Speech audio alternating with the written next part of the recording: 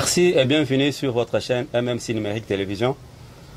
Dans un numéro spécial aujourd'hui sur le plateau du campus avec un invité spécial qui est M. Roger Titadi, coordonnateur de la DLC. DLC qui est la dynamique des leaders congolais.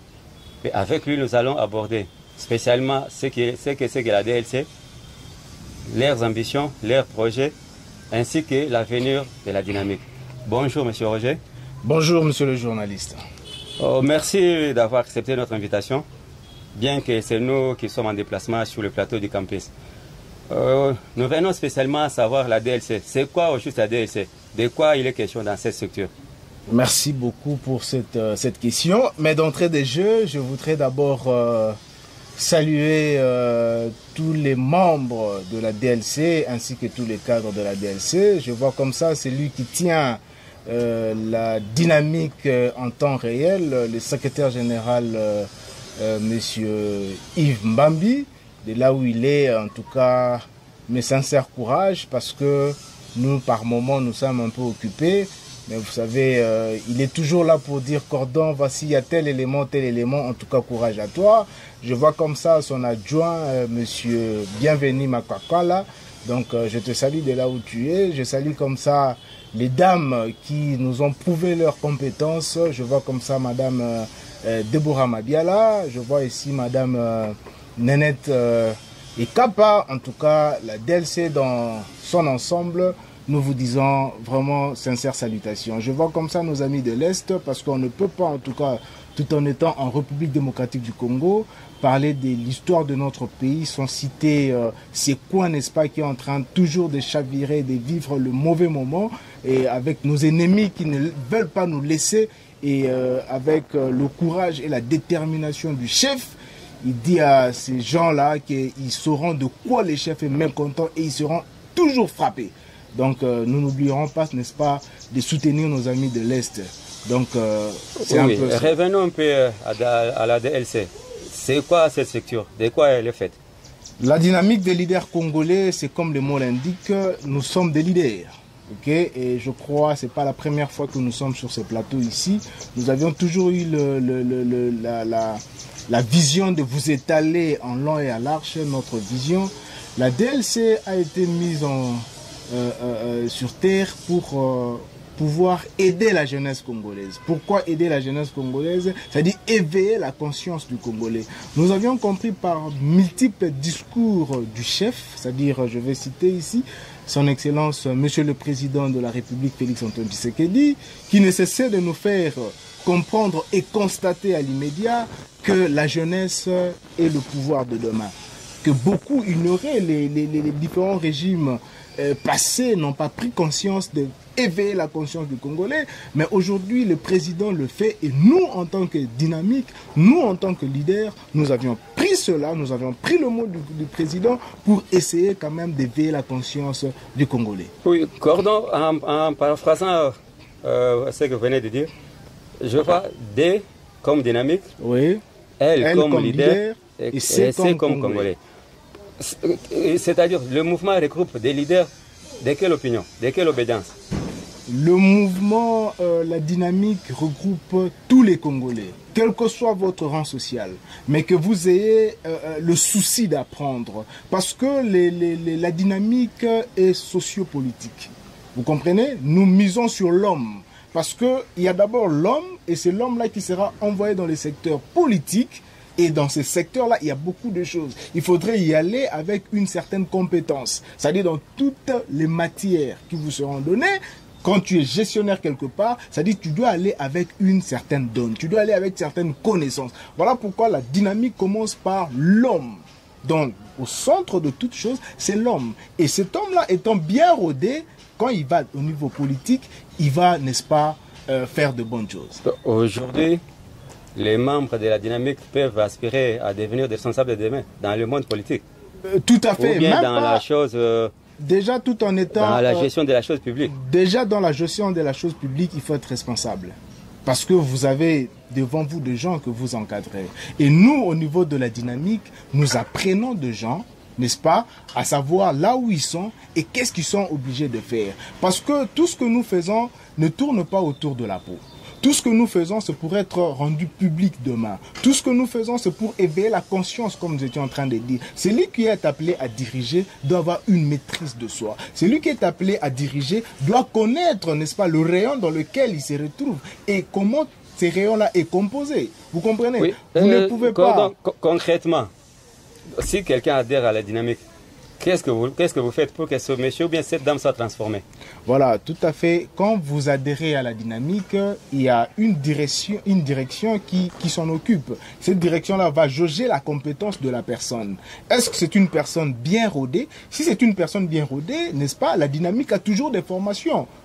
Et à l'issue de ces formations-là, vous ajoutez un plus. Et si vous venez au niveau de la dynamique et que vous avez des compétences qui, n'est-ce pas, manquer par exemple à la dynamique, ça va être profitable chez nous. C'est-à-dire, nous, au niveau de la dynamique, nous sommes disposés à apprendre et nous apprenons aussi aux autres. Donc, si vous venez, vous avez des compétences, en tout cas, vous serez très utile. Même si vous n'avez pas de compétences, vous serez toujours utile parce que la dynamique apprend aux gens. Et si nous nous sentons limités et qu'il y a quelqu'un qui vient avec une nouvelle donne, nous nous accrochons à lui parce que nous prenons tout le monde. Il y a des femmes, il y a des hommes qui sont compétents au sein de la dynamique. Mais ce n'est pas la première mission que nous passons avec vos responsables de la dynamique. Mais pourquoi ce sont toujours les hommes qui viennent à l'émission? Pourquoi pas les dames? Vous savez, je pense que j'avais suivi l'intervention du CG qui vous a fait remarquer que la dynamique regorge des compétences. Quand je parle de compétences, c'est des gens qui ont étudié, femmes, hommes, qui ont étudié, qui ont des responsabilités. Et généralement, lorsque nous tenons des réunions, il s'est fait que ces dames-là passent par d'autres occupations. Par exemple, aujourd'hui, je vous ai cité l'assistante Nénette Ekapa, qui est à l'université, il y a des cours à dispenser. Vous avez Madame Deborah Mabiala, de là où elle également, elle est assistante, elle a des examens à donner. Normalement, on devait être avec eux aujourd'hui, ça dit quand je parle eux, ça dit et les hommes et les femmes, on devait se retrouver ici. Mais vous savez que quand il y a des occupations, c'est comme ça que j'ai jugé bon d'être là. Est-ce que ce n'est pas le déplacement qui pose problème? Non, c'est pas le déplacement, pas du tout, parce que si l'invitation ne contraignait pas leur temps, je pense qu'elle devait être ici avec nous. Parce qu'en parlant du déplacement, je fais allusion au transport. Je ne sais pas, nous-mêmes, l'équipe de MMC Numérique Télévision, pour arriver ici, c'était tout un calvaire. Comment vous faites pour vous déplacer ces derniers temps, depuis le lundi? Bon, vous savez, là, c'est une question purement d'actualité et je vais vous répondre avec beaucoup de détermination. Le transport pose problème, oui. Mais ce problème est animé par leur mauvaise volonté. Et on va citer, ce sont des chauffeurs congolais. Parce que ils disent que la grille tarifaire qui a été rendue publique ne rencontre pas la réalité. Or, ce sont eux, par leur façon de faire, qui ne rencontrent pas la réalité des Congolais. Là, je vais directement aller pour vous dire. Ils réclament ils disent que le tarif est vraiment réduit sensiblement. Mais allons-y comprendre. Vous savez que aujourd'hui, si nous voulons parler des pays africains, il n'y a que la République démocratique du Congo au jour d'aujourd'hui qui garde la subvention pétrolière. Le Nigeria a tenté, mais était au bout du rouleau. Mais la République démocratique du Congo continue à le faire. Ok? Aujourd'hui, s'il vous plaît, laissez-moi citer parce que c'est un point très important que nos amis ne comprennent pas. Aujourd'hui, on subventionne cela. Et on a réduit, les gouvernements s'est donné de la peine à réduire le prix du carburant avoisinant 500 francs. Mais pourquoi les chauffeurs congolais ne peuvent pas comprendre cela? Mais hier, quand on avait appris qu'il y a une hausse de 200 francs, ils avaient doublé, n'est-ce pas, le coût de transport. Mais quand il y a diminution de plus de 500 francs, mais vous ne faites rien.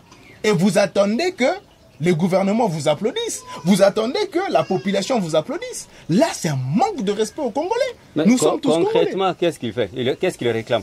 Ils se sont habitués à amasser illégalement et d'une manière frauduleuse l'argent de pauvres contribuables de Congolais.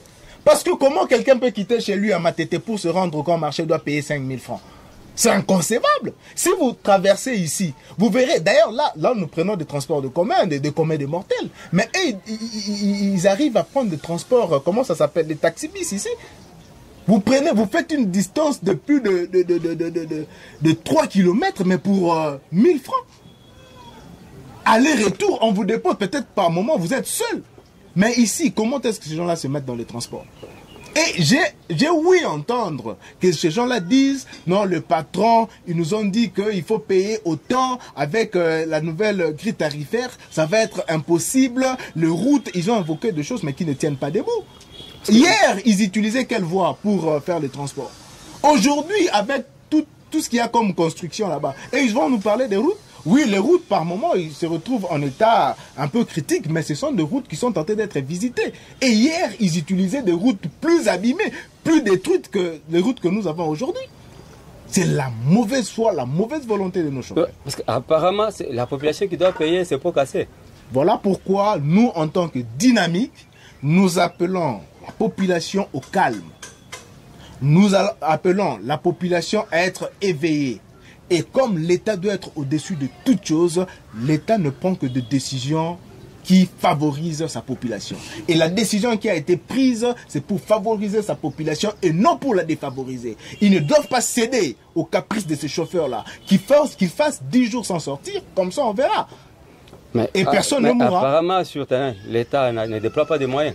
Si, il y a des moyens qui se déploient, monsieur le journaliste. Il y a des moyens. Quand l'État va donner 10 jours en termes de moratoire pour qu'ils s'entendent, ce n'est pas un moyen, parce que l'État ici, c'est lui qui est en train de tracer un chemin pour sa population. L'État veut que les choses se fassent d'une manière placide, sérieuse. Mais si ces gens-là ne veulent pas corroborer à l'idée de l'État, ils n'auront que des sentences à subir.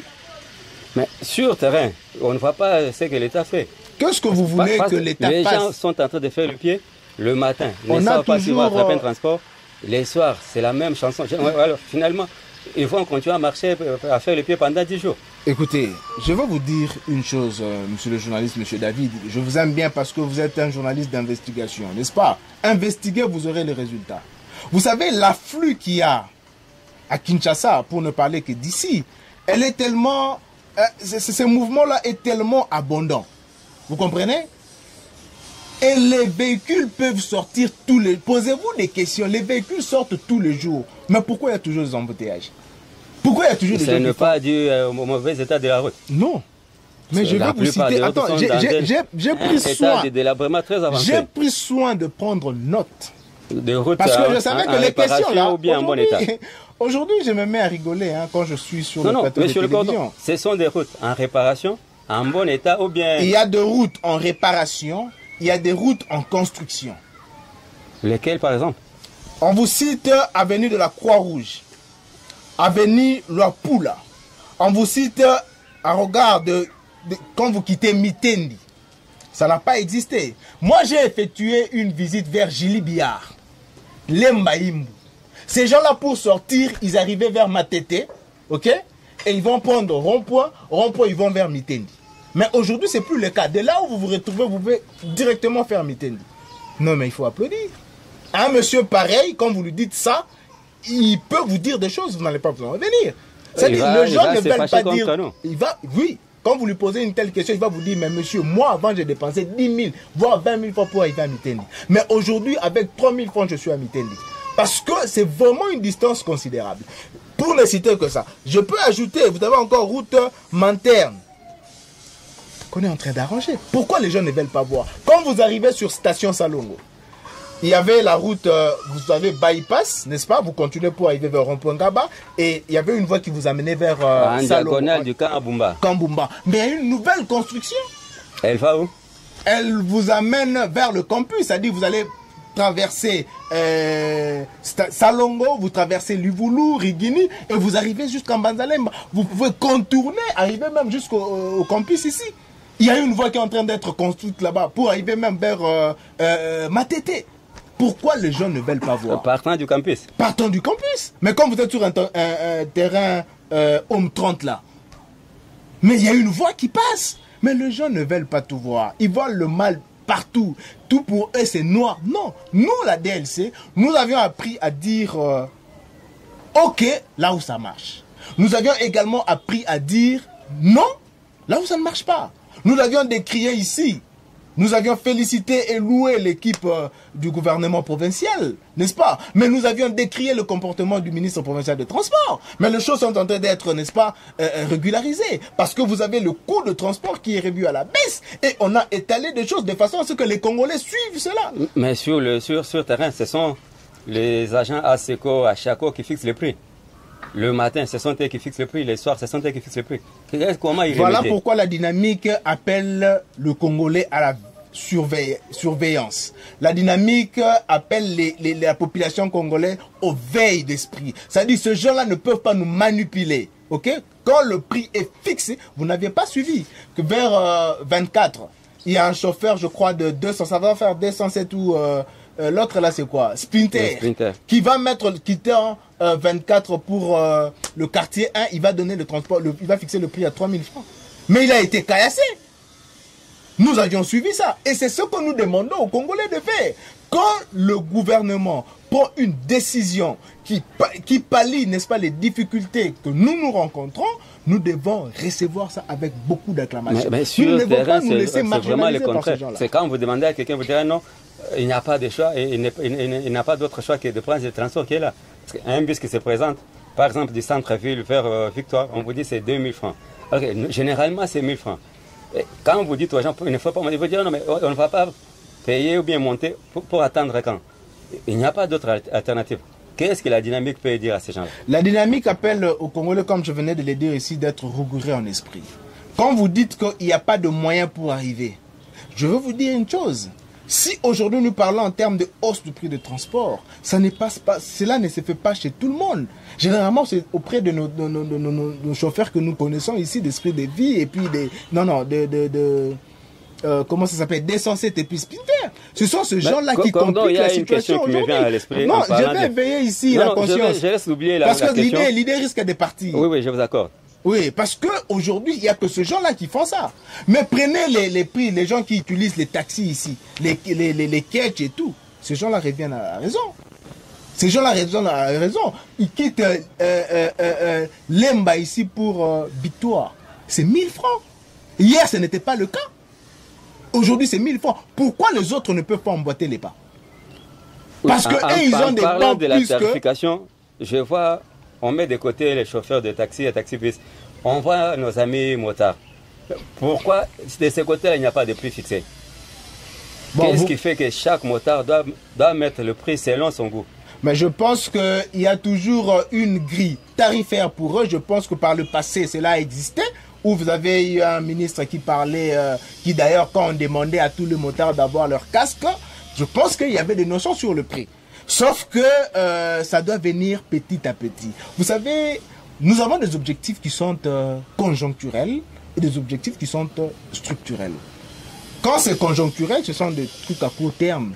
Mais des trucs conjoncturels doivent prendre du temps. Mais par exemple, pour des trucs conjoncturels ici, nous demandons aussi que le gouvernement puisse y mettre, n'est-ce pas, de la donne là-dessus. Je ne peux pas vous donner tort par rapport à ce que vous venez de dire, parce que par moment, les motards posent d'abord le problème. Vous dites telle trajectoire, ils vous donnent d'abord un prix, mais si vous savez discuter, ils réduisent. C'est pour dire que avec nous, on joue un peu à un jeu de ping-pong. Mais il faudra aussi être congolais, parce que nous, dans la dynamique, on est avant tout congolais. Vous ne pouvez pas venir nous duper là où nous sommes. Nous connaissons, quand tu me dis 3000 francs, je dis non, mais cette distance-là, ce n'est pas une distance de 3000. C'est cet éveil que nous demandons aux Congolais. Vous comprenez? Eux aussi. Je vous ai amené sur un terrain qui n'est pas peut-être le vôtre. On revient maintenant vers la DLC. Qu'est-ce qui est prévu comme activité au niveau de la dynamique? Non, la DLC prévoit plusieurs activités. Déjà, je crois, même la semaine passée, quand on s'était vu, nous sommes en train ici d'organiser une manifestation d'ici le mois de mars. Et là, je vais directement saluer nos amis du Congo central, nos amis du côté de Bandundu.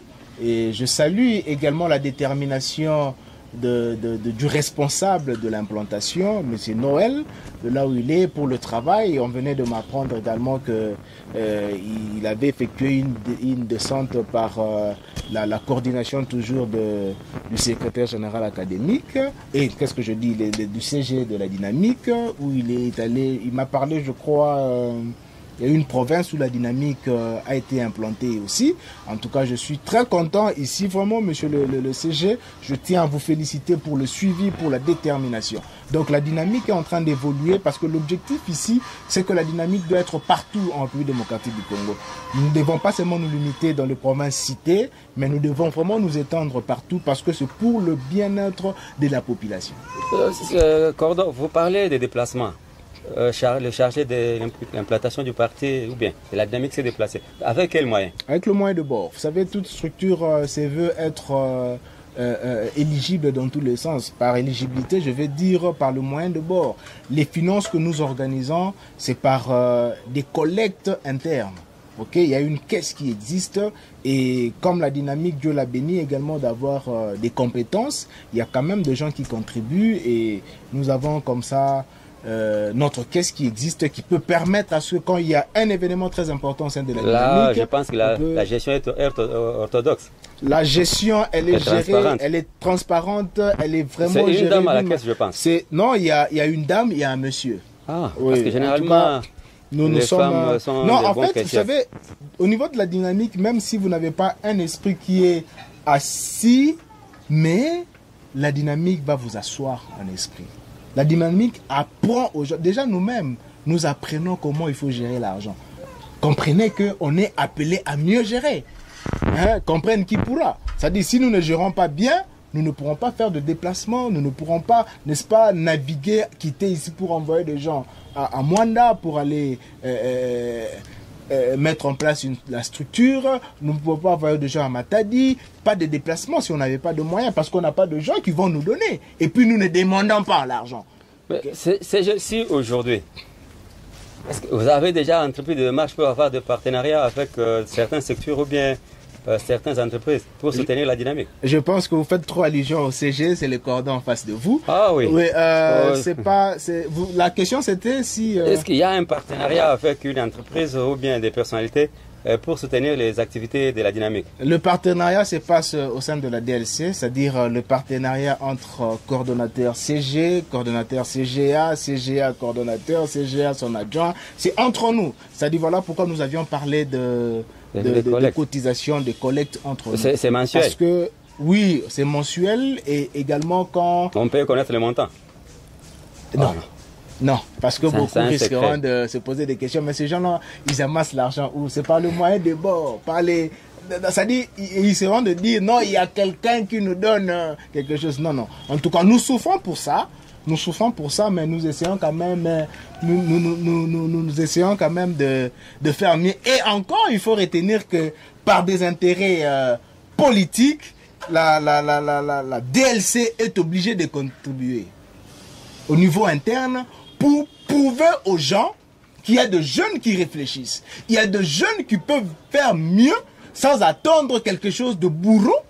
Parce qu'ils risqueront de nous assujettir. Ils risqueront de nous servir comme de marche-pieds. Et nous posons en torse à cette vision de faire. Nous disons, nous allons nous contribuer. Nous allons contribuer au niveau interne pour arriver à passer à des réalisations qui nous concernent. Et vous avez déjà des réalisations sur le terrain? Nous en avons. Nous en avons. La réalisation, déjà, qu'est-ce que vous entendez par réalisation? Quand nous disons que nous venons d'implanter, la DLC venait d'être aujourd'hui implantée au niveau du Congo central. Aujourd'hui, c'est une réalisation. N'est-ce pas, je parle en termes de visibilité. C'est-à-dire, là, c'est la DLC. Oui, en termes de visibilité, vous me voyez vêtu en imprimé des valeurs de la DLC. Vous êtes en train de fuir ma question, Cordon. Oui. Peut-être que je ne l'ai pas bien cerné, oui. Vous pouvez la répéter. Je dis ceci, oui. Vous avez des objectifs à atteindre. Oui. Est-ce que parmi ces objectifs, certains ont déjà été atteints? Ou bien il y a certains qui sont déjà palpables aujourd'hui sur le terrain? Oui, je pense que la fois passée, vous aviez reçu les CG avec une équipe. Mais vous avez senti le niveau de réflexion de chaque membre de la DLC. N'est-ce pas? Là, c'est parmi nos objectifs. Non, là, si je comprends bien... J'arrive, j'ai bien compris la question. Je vais glisser un mot. Oui. Là, on parle des investissements humains. Oui. Comme vous êtes au cœur de l'homme. Oui. Moi, je parle ici. Parce que là, c'est entre vous. Oui. Mais au niveau extérieur, qu'est-ce que la DLC a déjà fait pour que ceux qui vont regarder peut-être aujourd'hui cette émission puissent se dire que non, voilà, avec la DLC, voilà, telle réalisation a été obtenue grâce à leur cotisation? Ok, nous, non seulement la formation, mais l'information. Aujourd'hui, nous avions réalisé une émission, je crois, il y a 1 semaine, 2 semaines avec vous, mais je vous ai suivi sur votre chaîne. Et j'ai suivi, n'est-ce pas, je peux dire comme ça, les commentaires des gens qui suivaient l'émission. Et moi, j'ai apprécié. Parce que ces gens-là n'ont pas seulement félicité ce que nous avions dit, mais ils ont aussi contribué pour féliciter la détermination avec laquelle la DLC fait le travail, mais ils nous ont également fait des recommandations. Parce que parmi les recommandations, ils ont dit, vous faites des sorties, mais on ne sait pas reconnaître qui vous êtes. Pourquoi? Parce que vous nous parlez ici de la DLC, mais nous n'avons pas des imprimés. Et je vous dis, félicitations, c'est par votre entremise, par votre canal, que nous avions reçu cette information. Aujourd'hui, nous avons nos imprimés. C'est grâce à cet objectif-là lancé par les gens qui nous ont suivis. Je ne sais pas si mon réalisateur ou bien nos caméramans peuvent bien prendre cette image pour voir combien le cordon est habillé en DLC. Ouais. Il y a... On peut me prendre, c'est la DLC qui m'a dit. La DLC, le cordon est en DLC. Là, c'est pour la visibilité. Et puis, je peux vous dire que nous sommes également en partenariat avec certains partis politiques qui nous consultent à tout moment pour, n'est-ce pas, avoir de l'expertise. Parce que nous, aujourd'hui, ce que nous sommes une dynamique. Mais demain, la DLC deviendra un parti politique. Ah, je savais. Ça, c'est une évidence. Pourquoi? Oui, allez-y. Laissez-moi atterrir. Pourquoi? Oui. Parce que nous ne voyons pas mieux. Nous sommes une dynamique, mais nous ne voyons pas mieux. Parce que nous, si nous devenons un parti politique, nous serons mieux que beaucoup de partis politiques aujourd'hui. Parce que nous, c'est d'abord la compétence. Nous, c'est d'abord l'homme. Mais est-ce que tous ces partis politiques-là font la même chose? Aujourd'hui, vous verrez dans certains partis politiques, les intellos, c'est-à-dire les déterminants, ceux qui se distinguent par leur manière de faire, leur intelligence, leur sagesse, c'est des marques des autres. Vous avez vu, je vais citer bon, je ne cite pas le parti politique, mais je tenais mordicus ici à féliciter son Excellence Madame Eve Bazaïba pour le couloir vert créé. Et ainsi que le directeur de cabinet, Monsieur Aldariche Luboya. Ce sont des gens comme ça qu'il faut féliciter. Parce que ces secteurs-là, c'était un secteur que les gens négligeaient. Il est aussi rentable. Mais c'est un secteur rentable. Et Madame Eve, avec ma main sur le cœur, je tiens à vous féliciter par votre détermination, par ce que vous faites pour ces secteurs-là, qui étaient délaissés. Quand on vous choisissait comme ministre, les gens ne voulaient pas, ils se disaient, mais je suis allé là-bas, pourquoi? Mais aujourd'hui, les gens commencent à rêver. Grâce à qui? Ils envient aussi le ministère. Mais, je vous dis, les gens envient le ministère. De l'environnement. De l'environnement. Mais aujourd'hui, Madame Eve, avec son directeur du cabinet, la délégation qui a accompagné le chef de l'État ils sont aujourd'hui en Suisse. Au forum de Davos. Oui, ils sont en Suisse aujourd'hui. Bon, ce jour-là où vous êtes, nous vous attendons. Mais là, ils vont encore parler climat. Ils vont encore parler climat. D'ailleurs, ils sont allés là-bas pour imprégner, n'est-ce pas, de la nouvelle donne. Parce que quand ils vont venir ici, de bonnes choses vont encore se répéter. Parce que les gens aujourd'hui commencent à envier. Mais c'était un ministère qui était délaissé. Les gens ne pensaient pas, ah, excusez pour les lingala, mais aujourd'hui, les gens commencent à vouloir être nommés ministres là-bas. Pourquoi? Aldariche Luboya. Aldariche Luboya, indicable, déterminé. Et les résultats sont escomptés. Et Madame Eve, mais pourquoi on ne parle pas de ce monsieur-là? Ah, mais parce que vous savez, en République démocratique du Congo, particulièrement nous, lorsque quelqu'un se distingue par sa manière de faire, les gens ne veulent pas parler de lui. Quand vous parlez de quelqu'un qui fait mieux, les gens vont dire non, il commence à chanter. Non, nous, ça c'est un peu les objectifs assignés par la DLC. Quand les choses se font bien, nous les disons.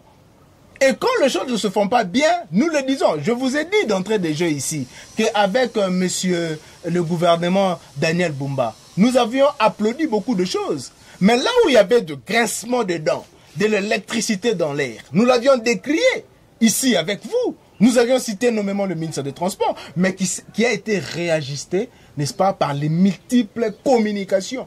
Parce que nous avions cité en disant qu'il était démissionnaire. Mais il a compris qu'il est là pour servir les Quinois. Et il s'est senti obligé de faire mieux. Il a mis un peu de coup et aujourd'hui, les choses commencent à être suivies et les suivis sur terrain, les choses vont changer. Cordon, en revenant à certains objectifs de la dynamique, vous avez parlé de la formation. La formation, en quoi? Qui peut être formé? Et jusqu'à quelle tranche d'âge on peut venir vers la DLC pour la formation? C'est un peu de faire comprendre aux gens qui nous suivent. La DLC veut former quoi, en quoi et pourquoi? La DLC, d'abord, comme on le disait ici, c'est l'homme au centre. Et la formation n'a pas besoin d'âge. Parce que moi, je suis enseignant, je sais que j'enseigne des papas à quelqu'un qui a 60 ans, mais qui revient pour apprendre. Donc, la formation n'a pas d'âge. C'est lui qui veut être formé.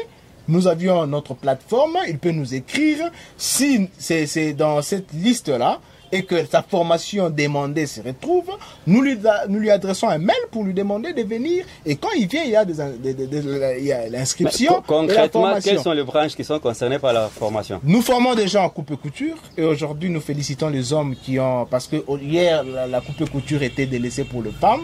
Mais aujourd'hui, nous avions vu des gens, les hommes qui sont venus. Et également, auto-école. On avait beaucoup plus d'hommes que de femmes. Et les femmes aujourd'hui viennent parce qu'ils doivent apprendre à conduire. Et quand vous apprenez, ça vous envoie à l'autonomie financière, à l'autonomie de gestion. C'est-à-dire que vous devenez entrepreneur si vous êtes sérieux.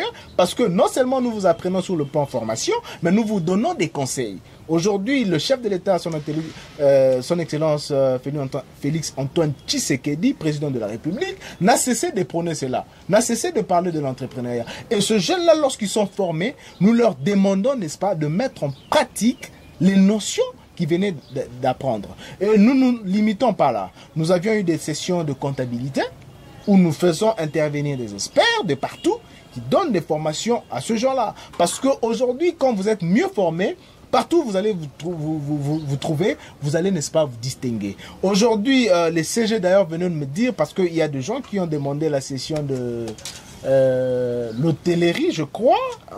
Oui, il m'a parlé de ça. Et nous avions des gens qui peuvent donner. Vous voyez, tout ça, c'est pour le bénéfice de Congolais. En tout cas, nous voulons soutenir premièrement la République en donnant des formations aux gens pour qu'ils arrivent... À part l'intelligence, parce qu'il y a des conditions pour que quelqu'un vienne à la formation. Non, il n'y a pas de conditions. Il n'y a pas de conditions. En tout cas, faites-vous... quand vous nous faites sentir votre vouloir, nous allons vous accompagner. Si, par exemple, les formations sont sanctionnées par des brevets, vous n'allez payer un faible montant, un montant minimisable. Oui, je voulais en venir. Parce pour peut-être les brevets. On ne peut pas donner une formation gratuitement. Je ne sais pas comment vous êtes organisé. Nous nous organisons vraiment à très faible prix, c'est-à-dire le prix que vous allez payer, et c'est pour peut-être vous aider à obtenir les brevets seulement. En tout cas, nous avions dit la vision. La durée, c'est combien de mois? Pardon, la vision de la DLC, c'est d'abord l'homme. Et la politique va suivre. Et comme nous sommes en train de réussir déjà sur l'homme, voilà pourquoi nous parlons beaucoup plus de la politique. La durée de nos formations, nous avions de formation à 1 semaine. Nous avions de formation à 1 mois. Difficilement, les formations excèdent 1 mois. Des formations qui peuvent prendre, par exemple, 1 ou 2 semaines, sont des formations d'auto-école. Des formations qui peuvent prendre 1 mois, sont des sessions de comptabilité, par exemple. Là, vous devez apprendre parce que nous avons l'ORADA. Et la coupe et couture, c'est dans 1 mois toujours. La coupe et couture dépend de votre intégration, dépend de votre, n'est-ce pas, niveau de compréhension, parce que là, vous êtes en train de confectionner les habits. Donc, vous devez, si vous êtes apte, en tout cas, 1 seule séance, 2 séances, vous pouvez déjà voir comment on peut prendre la taille de quelqu'un. Déjà, au bout de 5 jours, vous pouvez déjà commencer à être aide, et puis vous devenez...